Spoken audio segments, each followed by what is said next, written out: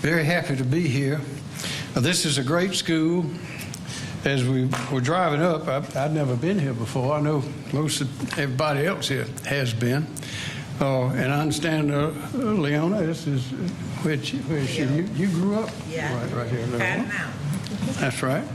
But this is,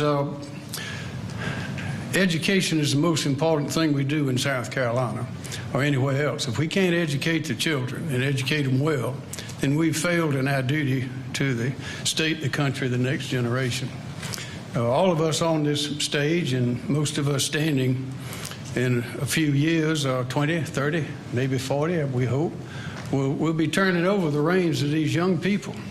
And I remember Senator Glenn Reese, who was still in the Senate, commented one time when we were recognizing some young students who had excelled. I think they were in the 3rd and 4th grade or something like that. They were in the Senate. I was presiding as lieutenant governor. And he made a little joke, but there's some seriousness to it. He said, when I was a teacher, if I'd known all those children would grow up to be adults, I'd have worked a little harder to try to teach them something. So we are fortunate to have so many great people in our state. The business leaders around the world that I talk to say that they come to South Carolina to invest hundreds of millions and billions of dollars for 3 reasons. The people, the people, the people. They say the people of South Carolina are different from any other that they know of in the world. And there are a lot of reasons for that we won't go into now, but you know we've got a long history of ups and downs, and we have survived and we've prospered. And it all depends, at this point in our lives, it depends on educating these children. We must do it. We must find a way to give them the best education, understanding, the best preparation for the future that we possibly can. And we have a public school system, we have a private and independent school system, but we must see that there are schools available to educate the children the best way that they learn, the best way that we can, and ways to give the parents confidence. And what you see happening today with this Safe Access to Flexible Education grant program, which is a new program based on funds that we receive from the federal government, which, by the way, is your tax money coming back to us. For this, it's at the governor's discretion around the country, and we decided to put approximately $32 million into this program for scholarships or grants one time to the students. It will go to the schools of those parents who fall below a certain level of income. It's up to 3 times the poverty level. For a family of 4, that's about $78,000. And of course, it goes down from there. But there are a lot of people who would like to come to this school and others like it that simply can't afford to do it. And because of the coronavirus, there are a lot that have been going and a lot that would like to join into this school, or others that can't afford it. There are a lot of people, families working 2 and 3 jobs in order to send their children to school. And as Dr. Priest mentioned, they're already paying taxes to support those public schools. So this is a way that we can support this private school and the independent schools and see to it that we are educating these children. Now, the inspiration, the leadership on this is widespread, and those leaders that are here with us today are those in the legislature that have been primarily the leaders in this effort, and I'd like to recognize them. There's Senator Dwight Loftus, who was recently in the House but now in the Senate. Representative Leola Robinson Simpson, whom I mentioned, lived right here, born, raised right here. Representative Jason Elliott, Representative Mark Willis, Representative Gary Smith, Representative Shannon Erickson, and Representative Patrick Hayden. I don't think I left anybody out. This is your Lieutenant Governor, as you know, Pamela Levitt. She will speak in a moment. But ladies and gentlemen, this is again, as I finish, this is a great program. It will open a lot of doors. It will satisfy a lot of needs, and it will help educate a lot of children. We know that about The 2020 enrollment for our private and independent schools is estimated to decline by 10 to 20% because of the coronavirus. The parents just can't afford it. There are about 50,000 children in our private and independent schools, and again, a lot of them in even the best economy are barely able to make ends meet, and the virus has made it even more difficult, if not impossible. These are one-time need-based grants of up to $6,500 to help pay for the education of these children. This will fund, we think, approximately 5,000 grants, maybe a few more. But that is the purpose of this. And again, as I close, I say again, if we don't have a strong education system for all of our children, then we will never achieve the great prosperity that we have possible. Because remember, the people around the world, business leaders looking to invest that money, they're looking at South Carolina. And there are reasons for that. And I mentioned there's the people.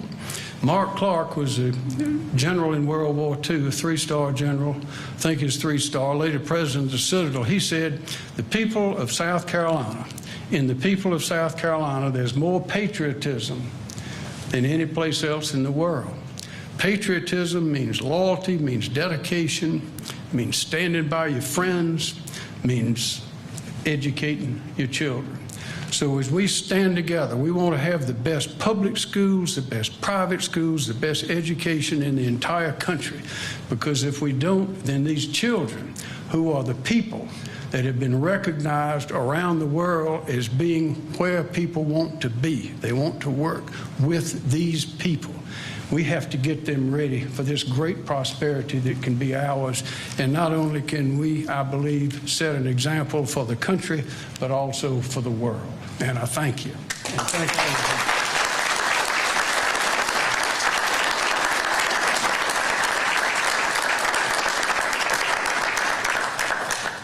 Thank you so much, Governor McMaster. It's an honor to be with you today. My name is Ellen Weaver, and I'm the president and CEO of Palmetto Promise Institute, and it's been a real honor to work with you and your team on this exciting program that will expand education horizons for thousands of children across the state of South Carolina. In announcing SAFE Grants, which incidentally is the largest new education choice program in the country this year, you have cast a bold vision for what the future of South Carolina education can be. It's not just abstract. Today is about real needs, real students, and real help. So thank you for having the courage to step up and lead, to seize the difficult COVID moment to innovate on behalf of the students in our state who are at the greatest risk of being left behind. Today we celebrate a reimagination of what education can be in South Carolina, not just a system of buildings and buses, but an ever-expanding series of options that meet the needs of students where they are and grow them into the fullest potential of what they were meant to be. There are three key ideas that make SAFE Grants especially powerful. The first is that they are targeted. They are for students and families who are at greatest risk of education and economic hardship. Secondly, they're accountable. They harness technology-based financial transparency, and they require real measurements of what students are learning. And thirdly, they are responsible. We owe the children of this state the hope and opportunity of a great education. Keeping them in a school they love or giving them the chance to get into a school that better meets their needs meets our responsibility to them as a state. We also owe parents peace of mind about their children's learning. Many parents, as has been mentioned, make huge sacrifices, in essence paying twice, to put their child in the education environment that's right for them. This meets our responsibility to those parents for fairness.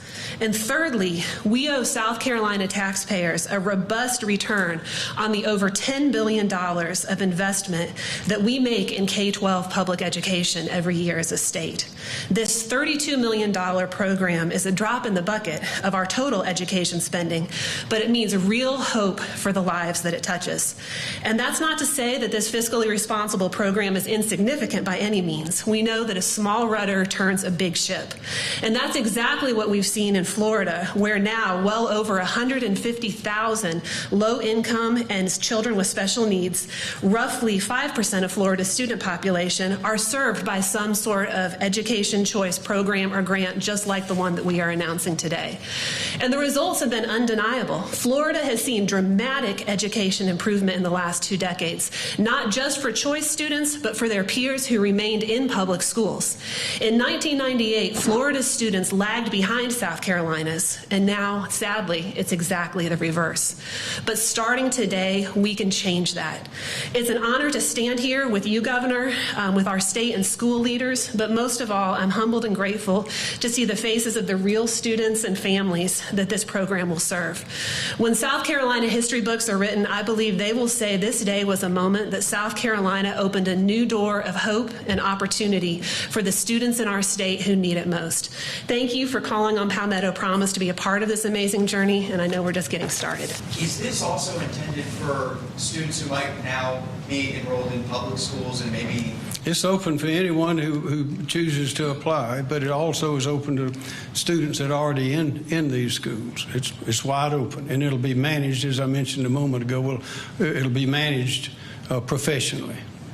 More questions? Will they have to stay open 5 days a week to receive the funding? It's not dependent on that, but of course, as you know, what our position is that the schools need to be open 5 days a week, and what we have urged all the school districts to do is to give parents that choice. We understand all the teachers will be in school 5 days a week, and so we'd like the students that want to be there, the parents that want to be there, to have that option. Now, those that want to have distance learning at home, they can have that option as well as some hybrid plan, but teachers that the parents that want their children to go to 5 days face-to-face in the school system, public and private, need to have that option, and that's what we're standing for. So just to follow up, it's not a condition for the private schools? No, ma'am. No, ma'am. Further questions? Yes, ma'am. And this is open to basically all private schools in the state, regardless of whether they receive PPE or school from Yes, ma'am. It is open to all private, independent schools, private and or independent schools, which essentially is the same thing, by a different name in the state. That's correct. Are there any more questions? Governor, this is a rather large pot of money that we're spending on these school choice tuition scholarships. Why did you decide on $32 million and not split that between other schools? Well, we have some other obligations for that money as well, but $32 million is a lot of money, and we think it'll make a big difference. Yes, sir. Governor, how are the scholarships being distributed, or who's being chosen? How's it being chosen, and any criteria? That's what I mentioned a moment ago. We have hiring a professional manager and these kind of things to work with our Department of Administration to see that it is done properly. I see on here it says 2,500 scholarships on a first-come, first-served basis. Is that after that 2,500? Is it just going to be a lottery, or how's that? That will be all up to a plan that will be developed by the manager and the Department of Administration to see that it's done properly. Yes, ma'am. This is obviously a one-time pot. Do you expect Yes, the ma'am. legislature to maybe fill? Are you hoping that the legislature will fill this in future years? That would be delightful if they would do that. Of course, we don't know what the budget is going to hold. This is CARES Act money that has come to the different governors. Our allocation was $48 million, and we're putting 32 of that into this, which I think is more than any other state has done. I think there's only one other state, Oklahoma, that put $10 million into their program. But we're hoping that this will serve as a good example. What it does is it addresses the questions and the aspirations of the legislators and leaders here, education leaders, have had for years, to see to it that our children, wherever they go to school, they can go where they want to go and get the best education possible. Yes, sir. You mentioned for a lot of these schools, they tend to keep tuition pretty low to just make sure that it is affordable for families. How much would this also help a lot of the schools that this could apply to? Could you kind of take us through how it might help them as well? I don't understand your question. Say it again. Well, basically just that you from the tuition standpoint, it's not, a lot of times it's more of a scraping kind of, a lot of the schools are operating already with a lot of other expenditures, and the tuition is not necessarily high for a lot of them.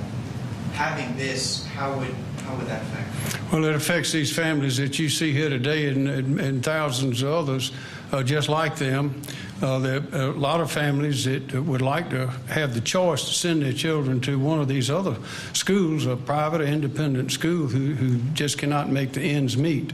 And there's some that are in these schools now that are working, they're struggling to make those ends meet. And because of the virus, they're going to have even greater difficulty, if not impossible. So that's what this addresses. We want all the children in South Carolina, wherever they live, whatever their circumstances, to be able to get the best education in the United States. That's our goal. And I think this is one step in that direction. This comes out to about $6,400 per student. Is that, well, that's an average. Do you see a cap on this, or how? Yes, that is the cap, but that doesn't mean that every student will receive that allocation. That is part of the management by the professional manager, and the department administration will work out. Mr. Governor? Yes, sir. This is a question for you as the head of state, and also maybe for some representative from the private school system. My question is, what happens next year when the families that are taking advantage of this program this year can no longer afford? We're going to do the best we can, but this is a major step. It's a good step. We hope this will open the doors to some ideas that have been promoted by these legislators and others who have led the way, I think probably in the United States, as well as our education and policy leaders. We hope that this will show the feasibility and productivity of this kind of a system. On a national scale, we talk about falsely inflating the economy with stimulus package or whatnot. That was kind of my concern for the private school system is, are we falsely inflating their enrollment? Like I say, we weigh a doubt against a certainty. We don't know what we will get in the future, but we know what we have now. That's certain. We have it, and we go spend it in the right place, and this is it.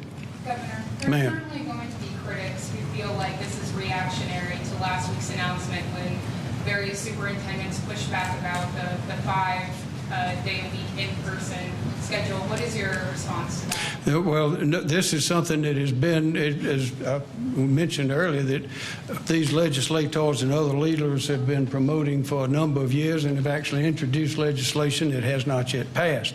We're hoping that it will pass. But we've got to make progress every day, no matter what the critics. There are always critics about everything that anyone in government does, as well as reporters. But we persevere, and we continue, and we're determined that the children of South Carolina get the best education in the whole country. And we want to, one way to do that is have their parents make the choice of where they go to school and how they go to school. But some of the harshest criticism was from the Greenville County school system, and here we are in Greenville. There are 3 schools represented on the stage today. Why today here in Greenville? Because this is a beautiful day. Greenville is a beautiful place. We were invited here. We can't be everywhere, but here we are, and we're glad to be here, and we look forward to coming back.